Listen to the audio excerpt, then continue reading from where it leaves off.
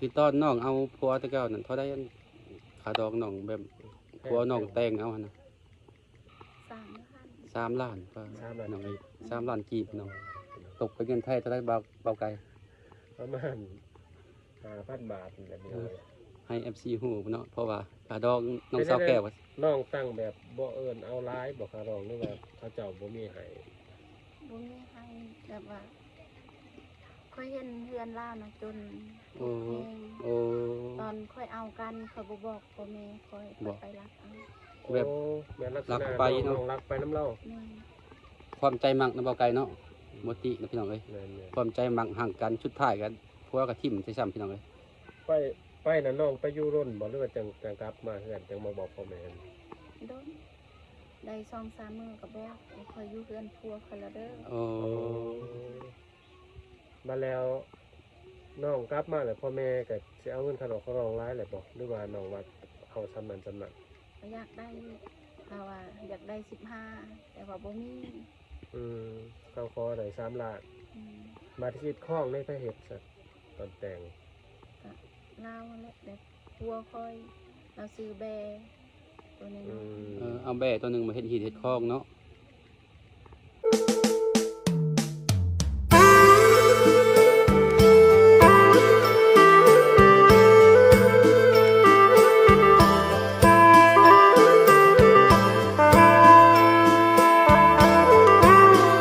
ครับทายสบายดีพี่น้องเนาะมื้อนี้ครับมากับบ่าวไก่คือเก่าเจ้าเดิมพี่น้องเลยเนาะมาหาสาวเขตชนบทคือเก่าเจ้าเดิมนี่แหละมาเบิ่งเงินสาวๆแถวเขตนี่เพราะว่ามื้อนี้มาครั้งแรกเนาะเพราะว่ามีน้องเพิ่นมาบอกว่าให้มาถ่ายเพิ่นลองมาถ่ายเบิ่งว่าน้องแชทหาทีมงานมา2-3 มื้อแล้วพี่น้องเอ้ยแต่ว่าทีมงานยังคาเวียกเนาะ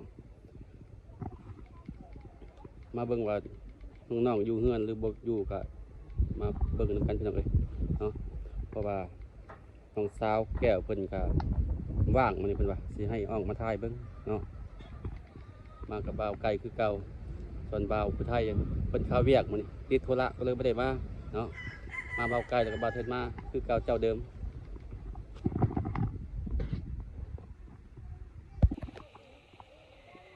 ตอนนี้ก็มาฮอดจอดถึงเฮือนสาวแก้วเลยพี่น้องเอ้ยเนาะโอ้หอดเฮือนน้องแล้วบ่ สวัสดีเด้อพี่น้องเอ้ย โอ้ย บ้านใกล้เติบมานี่บ้านแท้มากเป็นผ้ามา แม่น ก็หอดเฮือนห้องพี่น้องเอ้ย เขาก็เห็นแล้วเนาะเพราะว่ามื้อนี้มา2 คนกับเบาไก่เบาเทนมาครั้งแรกเพราะว่า ตาม แม่นมา ตามไทยที่คิดกันเป็น มาตามชีวิตการเป็นอยู่ของเขตชนบทพี่น้องนะขอขึ้นก่อนเด้อ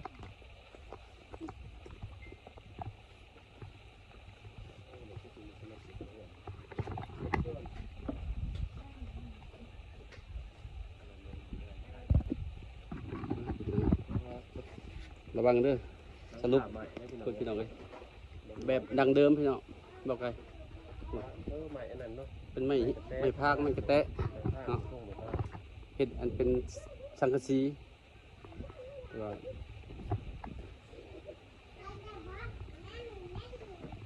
สบายดีเนาะ สบายดี น้องนอนอยู่นี่บ่ บ่ ให้นอนอยู่นี่ เอื่อย อืม มาเล่นปวด สบายดีน้องแก้ว สบายดี อ๋อจ้ะ พี่น้องเอ้ยเป็นตัวจริงงามกว่าในโทรศัพท์อีกเด้อ นี่คอยก็ตามมาจนหอนเฮือนเลยบอกไก่เลยตามหาน้องมาธรรมดาหลายเดือนเลยเลย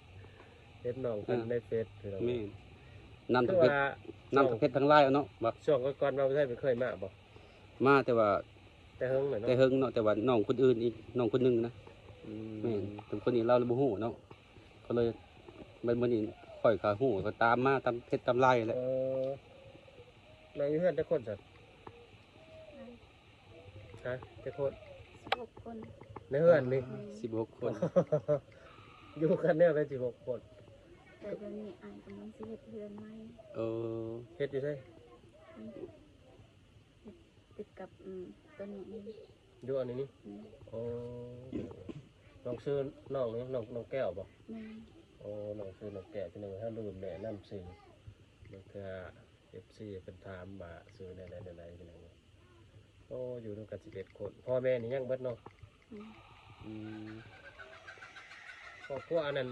แบบเอื้อยน้องของน้องน่ะจักคนถ้าบัดลูกของพ่อของแม่น่ะ สี่แต่หนึ่งเสียแล้ว โอ้ 4 คน อืมยัง3 คน โอ้คือสิก่อนมีน้องอีกบ่หรือว่ามี มีแต่คอยนี่แหละ แล้วก็มีเอื้อยทำไม แต่เอ่ยเสียแล้ว อืมยังแต่อ้ายบัดนี้ อืม อ้ายก็เอาลูกเอาเมียแล้วติน้อง อืม โอ้ หลายเล็กน้อยเด้เนาะน้องว่าเนาะน้องเอ้ย เป็นข้าวกินเป็นจังกุ้มกินบ่แต่ละเดือนก็ยัง กุ้ง บ่กุ้มเนาะ อืม เห็นได้ฉันบ่กลุ่มเนี่ย กลับไปรับจ้างเขา โอ้ รับจ้างไปซื้อข้าวซื้อน้ำเนาะ อืม เฮ็ดไทยนี่คือสิบ่กลุ่มเด้อว่าพี่น้องหลายคนขนาดบางครอบครัวอยู่ประมาณ5-6 คนก็ยังบ่กลุ่มน้องเฮ็ดไทยเฮ็ดสวนได้จักบ่อน ซ้อม อืมอยู่ในอันนี้บ่ได้ว่าอยู่ฝากเสอยู่ฝากเนาะ อยู่ติดกับเพื่อน อ๋อทางหลังนี่บ่ อืม ใกล้ๆเนาะ เอาไฟเลยเนาะ แต่ละปีได้เท่าได้ข้าวฮ้อนบ่10 20ชอบ บ่ฮ้อ บ่ฮ้อนโอ้บ่กุ้มกินเนาะบ่าวไกลเนาะ อ๋อ คน11คนมันได้ข้าวมันได้แต่10ปลาย20บ่ฮอด20 ให้ไปหับจ้างไหนเอา อ้าย เออไป วัด อายผู้กล้า ไอ้ผู้กกนั่นได้เมียแหละผู้กลางได้ก็ได้เมียแหละ อืมจะอายผู้กลางนี่ก็สิเฮ็ดเฮือนหลังใหม่ โอ้ โอ้เพิ่นสิออกเพื่อน โดย คือในบ้านนอกเนี่ยไปรับจ้างนะวันหนึงก็ได้เขาจ้าง เส้นติ แสนกีบเนาะแสนเป็นเงินไทยก็หลายเท่าไหร่บ่าว ประมาณ100-150 ร้อยปลายเนาะ ช่วยไล่น้องคือน้องไปหับจ้างน้องไปหับจ้างงั้น บ่ได้ไปรับจ้างเขาบ่มีไผเบิ่งลูก เอ โอ้ อ ชุดลอยเขาแม่เขาอ้ายเนาะ อืม น้องเป็นสาวหอบซองนะเพิ่น สาวฮอบช่องหรือว่าสาวลูกติดเนาะ เริ่มนำเสนอเริ่มทำเนาะแสดงว่าน้องกลับมาเฮือนมีแต่เบิ่งลูกเนาะบ่ได้เฮ็ดอยู่เฮ็ดกินบ่เฮ็ดเวียกเฮือน อืม อ๋อคือบ่ให้พ่อแม่เอาลูกแล้วก็น้องไปหาเฮ็ดเวียกเฮ็ดหยังอย่างนี้ แม่บ่อยากเอาแม่ว่าเอาบ่ได้มันให้ตลอด อีกอย่างก็ลูกยังน้อยเนาะ เด้ โอ้ลูกยังน้อยก็ลูกก็อาศัยแบบขอโทษนำกินนมเนาะคันว่าให้แม่เอาสิแม่สิ เป็นลูกปอง ก็ยากเนาะกินนมปอกนี่ จักเดือนแล้วลูกน้องน่ะ 6 เดือน โอ้6 เดือนพอดีไปมายากพี่น้องเอ้ย กำลังติดแม่เลยน้องกลับมาอยู่เฮือนเก่านี่ล้นแล้วบ่ จนปีหนึง เออแสดงว่าล้นเติบแล้วเนาะปีหนึงแสดงว่าน้องมาน่ะเป็นลูกยังน้อยพุ่นบ่อื มาเกิดลูกอยู่เดือนนี้ โอ้ เออ แสดงว่า ปะกันแต่ลูกยังน้อยเนาะ โดย โอ้ แต่ยังบ่ได้เกิดลูก แต่ยังบ่เกิดลูกโอ้ก็ขอโทษนะแต่ลูกอันแต่น้องยังถือผ้าเนาะ โดย ลูกยังอยู่ในท้อง โอ้9 เดือน ใกล้สิเกิด พอเลยหนี้ปะพี่น้องเอ้ย และถามผมเป็นหยังที่ทำในหนึ่งและเป็นไปได้สาเหตุต้นปลายสาเหตุครับ แบบเราเข้าใจกันเราว่าอยากไปเฮ็ดงาน อืม เลยค่อยว่าสิไปเฮ็ดงานแนวได้ลูกเขายังบ่ทันเกิดซ้ำเขาบ่ให้ไป แต่ว่า แต่บอกพัวอยากไปเนาะ โดย โอ้แต่ห้าม มันก็ ผู้เมียก็ห้ามพัวบ่ได้เนาะ โดย เขาก็อยากบ่อยากอยู่เขาอยากไปอยากปล่อยแล้วก็แบบนี้เนาะ อืม เขามาส่งหมดน้องมาเฮือนนี่ บ่ น้องมาได้สิ ไปคนเดียว ยางมา โอ้ เป็นยังไง แต่ข่อยยังอยู่เฮือนลาวเราก็ไปปะ นั่นนั่น อื เนาะ ม แสดงว่าเจ้าก็ชุบมาแต่เฮือนพัวไปเลยผู้เดียวนะ โดย คิดว่าพัวมาส่งแล้วก็พัวสิไปเฮ็ดเวียกบ่แม่นเนาะ บ่ โอ้ แบบนี้แหละพี่น้องเอ้ยมันแบบส่วนหลายคือเราเห็นผ่านมาแบบนั้นหลายคนนั่นแหละสิพ่อแม่กับพ่อปู่แม่ย่ากับบ่ได้มาส่งเนาะคนในเฮือนเขาเนาะ บ่เลย น้องย่างมาท้องใหญ่ๆนั่นแหละไก่ได้บ่ได้มาเอ้ย แม่นไกลเติม คนละ 40 50หลัง คนละส่วนพี่น้องเอ้ยแต่ตัวเมืองมาบ้านน้องก็ยังไก่เติบ แม่น แต่บ้านที่น้องมาหาบ้านตัวเองนี่ก็ถือว่า40-50 กิโลบ้านนี้เพิ่นบ่ได้ติดต่อมาเลยบ่ บ่ โอ้พี่น้องก็เป็นปีหนึงแล้วเนาะว่าเพิ่นมาเนาะ แม่น ลูกก็เป็นใหญ่แล้วพ่อแม่บ่ได้ว่าหยังบ่ซั่นน้องกลับมาอยู่เฮือน บ่ มันก็มีแต่อันนี้เนาะ อืมเลี้ยงลูกตัวเอง แม่นปะตัดขาดบ่ได้เนาะ โดย จะได้กับลูกเฮาล้านเฮาพี่น้องเอ้ย คิดว่าคันลูกใหญ่นี่น้องสิไปเฮ็ดเวียกบ่หรือว่าอยู่กับลูกหรือว่าจังได๋ค กันลูกใหญ่ๆประมาณปี ไป สอง อยาก ปี ไปเฮ็ดเวียก ก็ได้ซอยพ่อแม่เนาะ โดย เพราะว่าครอบครัวกันละอยู่หลายคนพี่น้องอืมเสียงหมู คือมาฮอดปัจจุบันนี่อายุน้องจักปีแล้วอายุน้อง สาว 20ปีพี่น้องเอ้ยแสดงว่าน้องนี่เอาผัวแต่น้อยเนาะ อืม โอ้ ประมาณ ตอนเอากัน 18 18 ปีเนาะพอดี กัน นั่น อัน เนาะ อายุกับจนใหญ่เติบ ใหญ่เติบพอดี ปกติก็มีแต่14 15 แม่น ปี ก็อันนั้นอยู่ น้องก็ แต่ว่า ใหญ่เติบอยู่เอาน้องเคยไปเฮ็ดเวียกบ่ผ่านมาก่อน เคย เอ่อไปเฮ็ดอยู่ไสสวรรค์เวียงจันทน์ สวรรค์ อืม เฮ็ดเวียกหยังตัดยิ้มบ่ แม่น เวียกตัดยิ้ม มาแล้วก็เอาพัวเลย มาก็เอาผัวเนาะ โดย ตอนนี้ได้ความใช้แน่นเฮาเนาะ โดย ฮอดมื้อสุดท้ายก็ใช้แน่นก็ปบปะพี่น้องเอ้ย จนสิเกิดลูกแล้วเนาะ แม่น ธรรมดาคันว่าลูกเต่าใหญ่หรือว่าสักหนึ่งก็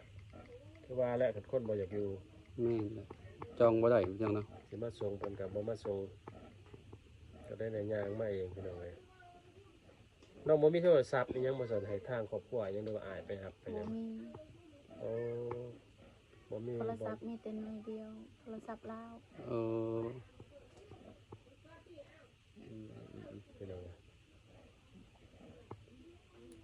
เอ้ยนี่น้องคือน้องเพิ่นมาพี่น้องเอ้ยอยู่นํกันนี่11คนแสดงว่าลูกเต้าของพ่อของน้องเนี่ยบ่มีไผออกเฮือนเนาะ อืม อืมมีแต่อายกกบ่เลยอายผู้พ่อมาสิเฮ็ดเทือนใหม่น่ะ มันโอกเลย เพื่อได้สิเลี้ยงพ่อแม่ซะเฮ็ด ไอ้ ให้ ก้าง อายกลางคันน้องในอนาคตนี่ก็ต้องได้ชื่อว่าแต่งงานอีกกับไปต้องไปอยู่น้ำผัวเลยเนาะ แม่น โอ้เป็นจังไดว่าส่วนหลายในเขตชนบทเฮาคือเฮาฮู้นั่นแหละเขาเจ้าเอาผู้ชายเนาะเลี้ยงพ่อเลี้ยงแม่เนาะ แม่น ผู้หญิงชั่วร้ายไปอยู่กับผัว อืม ก็คือ นี่บ่บ้านพี่น้องนี่แต่งเอาผัวมาเลี้ยงพ่อเลี้ยงแม่นี่ แบบผู้ชายมาอยู่นํ บ่มีเนาะ บ่มีเนาะ โอ้ก็แปลกที่พี่น้องเพราะว่าเขาเจ้ากินแห้งน้ำผู้ชายนะ อีกอย่างก็ฮีดเขาเจ้าบ่เคยกันบ่ไกลพอมาก็คล้ำเนาะแม่นบ่น้อง ผู้ชายมันเอาเคยมาอยู่เฮือน เอาเคยมาอยู่เฮ้ยครับอยู่เฮือนนี่คล้ แสดงเขาโชว์ว่าขันมานี่แม่นต้องได้อยู่เฮือนต่างหากเห็นบ่ ำแม่นเฮ็ดเฮือนต่างหาก โอ้พี่น้องบ่คือทางอันนี้เฮา แม่นผู้ไทยลาวเฮานั่นอยู่ได้พี่น้อง บ่ไกลนี่ก็ยังมาอยู่นำพ่อเฒ่ามาซอยเวียกซอยงานพ่อเฒ่าเพิ่นบ่มีคนหลาย แต่ทางบ้านพี่น้องนี่แม่นมีแต่ลูกชายเฮ็ดเวียกซอยพ่อแม่เลี้ยงพ่อเลี้ยงแม่อืมบอนอันนี้บอนเฮ็ดอยู่เฮ็ดกินอันนี้เนาะ โดย อ่าเวลาฝนตกนี่สิบ่อันนี้บ่ อยู่บ่ได้ หัวกันบ่น้อง อืม โอ้เปียกพี่น้องเอ้ย บอนนอนนี่แม่นบอนนอนของอ้ายเนาะ โดย อ้ายนอนกับเมียจังนี่น้องมานอนนํแม่อยู่ไหน อืม อยู่ไหนก็มีบอนมีหยังบ่หรือว่านอนทางกลางเฮือนเนาะ นอนกลางกลางบ่มีบอลนอน เพราะเขาลูกของอ้ายได้นอนใส่อยู่ในคือกัน อืม โอ้ มันแบบคนหลายเลยว่าซั่น แม่น นอนแบบ นอนกองกันยายกันพี่น้อง อืม เพราะว่ามีทั้งลูกทั้งหลานนะครับน้องของสาวแก้วนี่พี่น้องเอ้ย อืม ในครอบครัวฮอด11คน อืม ยังบ่ได้กิน อืมบ่มีแนวกิน บ่ได้กิน คือแถวน้องมีหน้องใหม่ออกอยู่บ่ นี่ โอ้ ย่านว่ากินหน่อไม้ตลอดนี่ ไป นะ หาหน้องใหม่เนาะ เดี๋ยวนี้ไม่ได้ไปหาน้อง บ่ ต้องรอถาแม่มาผู้ใดจะกินพร้อมกันเนาะ เลย บาดเด็กน้อยนี่ถ้าเขากินแล้วบ่ กินหมดแล้ว อืมเขากินกันยังเด็กน้อยนะ กินปลาอายไปใส่หมองอายไป โอ้ ใส่หมอง ใส่อยู่เซ่บ่ อืม เซ่ละน้องเนาะ เลย โอ้แสดงว่าเซ่เขาอยู่ใกล้ๆเนาะ ลงไปทางนี้เนาะ ลงไปทางหลังเฮือนน้องสาวแก้วพี่น้องเอ้ยนำเซ่ละน้อง อืมเคยบ่แบบที่ว่าอดมีแบบข้าวเบิดแล้วเขาอดข้าวอดน้ำนะ เคย โอ้เป็นจังจักมื้อสูงสุดนั่นแหละ ซอง สอง ป้า มื้อ พี่น้อง มาเด็กน้อยที่เขากินนั่น ที่คอกินเขาเขา เอ เป็น อ กินข้าวนำพ่อใหญ่เนาะ ม ลักษณะให้เด็กน้อยกินแต่ผู้ใหญ่อดก่ อ อน ดก่อนอดข้าวอด เห็น น้ำ ได้ พี่น้อง กินยังสันต่างเขาคันบ่มีข้าว ก็ไปคอน้ำพอตู้แบบว่าเพื่อนพอตู้น่ะใกล้ อืม โอ้โอ้ ขอไปได้ข้าวแล้วไปส่งมันคืน เลย มีหลายเกื ค อ รั บบ ปกตินะเบาไกลเนาะหลายคน11คนในครอบครัวเดียวพี่น้อง ข้าวนี่สอบหนึงนี่ในจักมือจักทิศสอบหนึง สองอาทิตย์ ในช่องทิศเนาะต่อสอบ ก็2อาทิตย์ต่อสอบ มันมีไฮมีหน้าเฮ็ดเนาะมันก็ นี่แต่ว่า นี่บ่ นานหน่อยเดียว ก็สิไข่แน่ค่ะมีหน้าเฮ็ดก็สิไข่ตัวน้อยหนึงดีกว่าเฮ็ดไฮเนาะ อืม เพราะข้าวหน้ามันสิงามกว่าข้าวไฮพี่น้องเอ้ยเอ่อ เฮ็ดหน้าแต่ละปีพวกน้องเอาควายไทยบ่หรือเอารถไทย รถไทย รถไทยพวกน้องบ่หรือว่ารถไทย แม่รถไทยของน้องเอง โอ้ ห้องสองห้องสีมีที่สีขาวสีหน้าเมื่อต่ำบ่ นี่ ก็สิสะดวกสบายพี่น้องเพราะว่าหลายคนโอ้คันต่ำเนาะ ใครแต่ว่าซี เจ้าละกระสอบของง่ายของง่ายโอ้อันนี้เขาว่าก็ได้มา เริ่มแล้วนี่ อันฝนตกกำลมนี่พากันไปอยู่ใช่ นี่เพื่อน ไปอยู่เพื่อนใหญ่เบิดเออเราเพื่อนเนี่ยก็คือจิตจะโดนเนาะสร้างเนาะไปประมาณ30-40 ปีแล้วจักไอ้ก็ตอนนั้นกับใกล้ไปใกล้มาอยู่ตอนนั้นเนี่ยบ่เห็นตอนช่วงน้องเอาพัวบ่ตามมาฝากเสตอนนั้น อยู่น้ำพัวนะปีนึง โอ้ปีหนึ่งเนาะ อยู่คนก็อึดเขาบ่เริ่มบ่ได้อึด อยู่บ้านพัวก็คือกัน เออ ข้าวกินก็บ่มีเพื่อนอยู่ก็บ่มี เขาเจ้าเฮ็ดหน้าบ่หรือเฮ็ดไฮอยู่พุ่นน่ะ บ่ได้เฮ็ดนาเฮ็ดแต่ให้ โอ้เฮ็ดแต่ไฮ เพื่อนดูบ่มีนี่แบบได้เพื่อนดังหน่อยน้อยๆยังบ่ได้เป็น นี่แต่เพื่อนแบบนี้แหละเพื่อนเรา โอ้ บ่มีเพื่อนหลังใหญ่มีเพื่อนน้อย เพื่อนน้อยๆเนาะ อืม เออเอาไว้ คือตอนน้องเอาผัวแต่เก่านั่นเท่าได้อันค่าดอกน้องแบบผัวน้องแต่งเอาหั่นน่ะ 3,000 3 ล้านก็ 3 ล้าน น้อง กี เอ้ย บ 3ล้านกีบน้องตกเป็นเงินไทยเท่าได้เบาไกล ประมาณ5,000 บาทนี่แหละพี่น้อย ให้ FC ฮู้เนาะเพราะว่าค่าดอกน้องสาวแก้วก็ น้องตั้งแบบบ่เอิ้นเอาหลายบ่คารองหรือว่าเขาเจ้าบ่มีให้ บ่มีให้แบบว่าค่อยเห็นเพื่อนล่านะจน โอ้ แพง โอ้ ตอนค่อยเอากันเขาบ่บอกพ่อแม่ค่อย บอก ไปรักเอา แบบ โอ้แบบลักษ รั ณะ กไปเนาะ น้องรักไปน้ำเล่า แม่ ความใจมักนะเบาไกลเนาะบ่ตินะพี่น้องเอ้ย แม่น ความใจมักห่างกันชุดท้ายกันผัวกับทิ่มใช่ซ้ำพี่น้องเอ้ย ๆไปน่ะน้องไปอยู่ร่นบ่หรือว่าจังกลับมาเฮือนจังมาบอกพ่อแม่ โดนได้2-3มื้อก็บอกค่อยอยู่เพื่อนพัวคนละเด้อ โอ้ มาแล้วน้องกลับมาแล้วพ่อแม่ก็สิเอาเงินค่าดอกค่ารองหลายแหละบ่หรือว่าน้องว่าเอาซำนั้นซำนั้น อยากได้เราว่าอยากได้15แต่ว่าบ่มี เขาขอได้3 ล้าน อืม มาที่คิดข้องในพระเฮ็ดซะตอนแต่ง ก็ลาวแหละแบบพัวค่อยเราซื้อแบตัวนี้ เอาแบ่ตัวหนึงมาเฮ็ดหีดเฮ็ดคอกเนาะ แต่นี่ได้พี่น้องกันแบบมากคักกันทางชนบทเนาะทั้งมาบ่มีเงินมีคำว่าแต่ให้แล้วเฮ็ดแล้วข้องเนาะ แม่น เนาะ แม่น พ่อแม่น้องก็พร้อมบ่หรือว่าจังได๋หรือว่าเขาเจ้าบ่อยากให้เอาหรือว่าจังได๋ แต่ว่าตอนค่อยคบกันก็ว่าบ่ให้เอากันเลย โอ้ใจลูกมักเนาะพ่อแม่ก็ห้ามบ่ได้พี่น้องเอ้ย แต่เห็นในคือแบบมันผิดมันผ่านมาแล้วนี่พ่อแม่ก็บ่ได้เว้าได้ว่าให้ติ อืม มันก็ยินดีต้อนรับเสมอเนาะ อืม แล้วได้ลูกมักคือแบบเข้าแล้วนะกับลูกเต่ามากกะพ่อแม่ก็จำเป็นในมากน้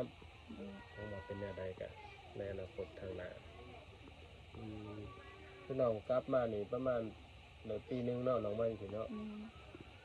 เนาะลูกของน้องน่ะบ่ได้แอบบ่ได้ให้บ่เวลาก็คือ ให้แหละคืนนี้ก็เป็นไอ เราบ่สบายบ่ อืม โอ้ ยากได้เพิ่นเลี้ยงลูกน้อยเนาะ อืมคืนนี้ก็บ่ได้นอน เออ ตั้งแต่12โมงจนฮอด3โมง4โมงกันขึ้นนอน แล้วให้บ่เนาะบ่ได้ให้ ให้แล้วก็เป็นไอ นิดหน่อยเนาะ อืม บ่ได้พาไปซื้อยาซื้อหยังบ่ไปทำ อยากไปอยู่แต่ว่าเดี๋ยวนี้ยังบ่มีเงิน โอ้ อายยังบ่ได้มาแต่เฮ็ดเอง ให้น้องแล้วไปรับจ้างใช่อยู่สวนกล้วยบ่ อืม โอ้พี่น้อง ชดกล้วยเวียดอันละวะ โดย โอ้ ท่านว่าอยากพาลูกไปกวดไปนี่อยู่ ซื้อยายตัวเพิ่นมาบ่มีเงินก็ต้องรอพาให้อายกลับมาแต่เฮ็ดเวียกอยู่สวนกล้วย ลูกก็ลูกยังน้อยนะบ่ไกลเนาะ แล้วก็6เดือน ของก็ได้6 เดือนหนึง ประมาณชั่วโมงแน่นอนคดหรือประมาณลูกใหญ่สำหรับน้องใจอยากสร้างครอบครัวใหม่ ไปอยากสร้าง เลี้ยงรถ แต่ บ่ ว่า ไปบ่ ให้ลูกใหญ่ก่อน โอ้ โอ้ลูกใหญ่ประมาณจักปีเนาะลูกน้องจังอยากสร้างครอบครัวใหม่อ่ะ 3-4 ปี ทำเข้าจักขวบเนาะเขาเฮียนมันสิซะ แม่น แต่สามารถแบบอยู่น้ำปูน้ำยาได้แล้วก็เพราะว่าน้องคือน้องครอบครัวและน้องต้องแบบไปอยู่น้ำพัวพี่น้องเอ้ย อืม ต้องให้รอให้ผ่านลูกใหญ่ ถ้าว่าอันน้องสร้างครอบครัวแล้วแต่น้องสิเอาเมียนนํพ่อแม่บ่ลูกหรือว่าน้องสิเอาไปนํ โอ้ยมันพ่อแม่ เออ กันทางพัวในอนาคตได้ให้ไปน้ำก็เอาไปบ่ อืม ให้เพื่อนรับได้เนาะแต่เพื่อนอยากให้ไปน้ำเนาะ แม่น ส่วนแล้วมีบ่ที่ว่าคือบ้านน้องนะครับผู้สาวหรือว่าที่ว่ามีลูกติดแล้วเอาลูกไปน้ำนะเพื่อนผัวใหม่ ก็ นะ มี นี่อยู่เนาะ อืม อ๋อเป็นโอเคก็คือว่าแล้วกับเขาใหญ่แล้วก็แล้วแต่เขาอยากอยู่เนาะ โดย เขาอยากอยู่น้ำแน่กับอยู่เนาะมันยังกับอยู่เป็นโอเค ขอแต่ให้อยู่ดีมีแห้งเนาะ ก็ถือว่าน้องว่าถ้าลูกใหญ่ก่อนน้อยหนึงแต่ทราบว่าแบบเริ่มต้นใหม่หรือว่า ตอนนี้อดใจรอกันเนาะบ่ไกล ใหม่พี่น้องเลยการจะว่าแบบมีคนอยากลบอยากยังดินหรือว่าแบบธรรมดาก็ได้บ่เนาะ ได้ ได้เนาะ โดย เป็นโอกาส แต่น้องปะพัวมันก็มีอยู่บ่ผู้มาลิ้นมาพัวนํแบบ บ่ บ่มี อืม แบบมาลิ้นซื่อๆเป็นหมู่เป็นคู่ก็บ่มีบ่ บ่มี ผู้ชายฮะ แต่ว่าธรรมดาเขาว่าเป็นสาวไม่ห่างนี่ แม่น ครูบาเขามาดินร้ายได้ธรรมดาเลย บ่มี บ่มีบ่ โดย เออ น้องอันนั้นบ่มีแบบช่องทางติดต่อบ่น้องเนี่ย บ่มี อืมน้องบ่ได้เล่นเฟซเล่นหยังบ่ซะ เล่นแต่ว่าบ่มีคนคุย เอ เอ อ อน้องแสดงว่ามี แสดง ช่อ ว่า งทางติดต่ออยู่เนาะ เพชรยังลิ้นอยู่เนาะ โดย ซื้อในเฟซน้องอะ สาวแก้ว สาวแก้วพี่น้องเอ้ย โตลาวเนาะ แม่น เป็นไงคือเฟซน้องมันสาวแก่ป้าซาลาวไปเลยลองคน5เบิ่งคันว่าอยากช่วยสนับสนุนน้องเลี้ยงลูกเลี้ยงเต้าซื้อนั่นซื้อนี่ซื้อข้าวซื้อน้ำกะสามารถซอยได้พี่น้องเลย หรือว่าติดต่อหาทีมงานเนาะเอาไกล หรือว่าอยากล่มดินคู่ดิน โดนดินน้ำน่องน้ำนุ่งก็ได้ เพิ่นว่าล่มในอยู่คู่ใดอยู่นั่นแกเนาะ โด บ่ ย ได้กี่คุยเพิ่นว่า อืม เพราะว่าช่วงนี้ก็เงาๆอยู่เพิ่นบ่มีผู้ใดมาล่มมาคุย ช่วงหนาวๆพี่น้องเอ้ยเพิ่นว่าจะหาคนคุยพี่น้อง อืม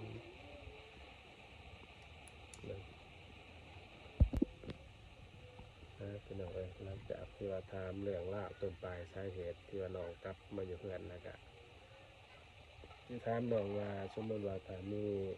ผู้ใหญ่ใจดีเพิ่นช่วยเพิ่นเหลือแหละน้องอยากได้หยังเป็นพิเศษหรือว่าหลักๆกันนะน้องแก อยากได้สังกะสี โอ้หลักๆเนาะ อยากได้สังกะสีเนาะ แม่นอยากเฮ็ดเป็นครัว โอ้อยากสอมแป้งเงินขั้วนี่ไหม โดย โอ้ พี่น้องแม่น เพราะว่าสังกะสีก็เอิ้นบ่มีเนาะมีพวกน้องเอาจังเฮ็ดนะ ไม่ ไม้ยังไม่เหี่ยวะมัน แม่น เป็นไม้ ใส่ผ้ากระแตะเอาพี่น้องเอ้ยเพิ่งๆ เพิ่ เพิ่ น นเอาไม้ แน่กับ แม่น คนโตกแน่กับไปไม่ได้ ๆเพราะว่าเฮือนน้องบ่มีสังกะสีแล้วเพิ่นเอาไม้พาไม้เอาเนาะเฮ็ดทางสังกะสีนี่พี่น้อง ประมาณจะแผ่นเนาะ30 คนบ่ 30 ประมาณ30แผ่นเนาะมุ่งเดือนก่อนชั่วโมงในช่างกะซีเด้อบอนมุ่งนี่ใหม่นี่น้องสิเอาใหม่ตัวนี้มามุ่งเลยเฮ็ดใหม่ จะเอาไว้ อืม อยากเฮ็ดเรือนอันนั้นเป็นมือ อื มื ม อเด็ก ได้เลิกตัวนี้ออกไปเฮ็ดเรือนหมูแล้วอันนี้ไหม โอ้ โอ้ยน้องได้สังกะสีเขาได้บ่จะได้บ่เขาน้ำกิน อยากได้ แต่ว่าแรกๆอยากได้สังกะสีมุ่งอันนี้ก่อนเนาะ อืม เพราะว่าลำบากคือน้องว่าพี่น้องเวลายามฝนเฮ็ดอยู่เฮ็ดกินแล้วก็ยากลำบากหลายมันหัวมันหยังบ่ได้เป็นไร ยามพ้นอยู่บ่ได้เนาะบ่ไกล ทางเงินใหญ่บ่ได้หัวบ่ อ๋อเบิด อืมเพราะว่าเป็นเรื่องเก่าโดนตัวกับพี่น้องไอ้ทางเงินใหญ่เนาะถือว่าคนต้องการน้องวันอยากได้สังกะสีพี่น้องเลยก็ได้มาปูมามุงหลังคาเฮือนคั่วหรือว่าเฮือนใหญ่ประมาณ30แผ่นเนาะน้องกันเนาะ โดย ถ้าว่าผู้ใหญ่ใจะดีผ่านมาเห็นคลิปนี้ก็สามารถช่วยเหลือหรือว่าซัพพอร์ตน้องก็ได้พี่น้องทีมงานเราสิถือออกมาให้น้องประมาณ30แผ่นน้องว่าคลิปนี้ก็ ปิดไปซ้ำนี่ก็เน้อพี่น้องขอมุกขอบใจพ่อแม่พี่น้องที่ติดตามเราชมให้กำลังใจอยู่ดีนี่เมื่อทุกคนพอกันในขณะ บ๊ายบายพี่น้อง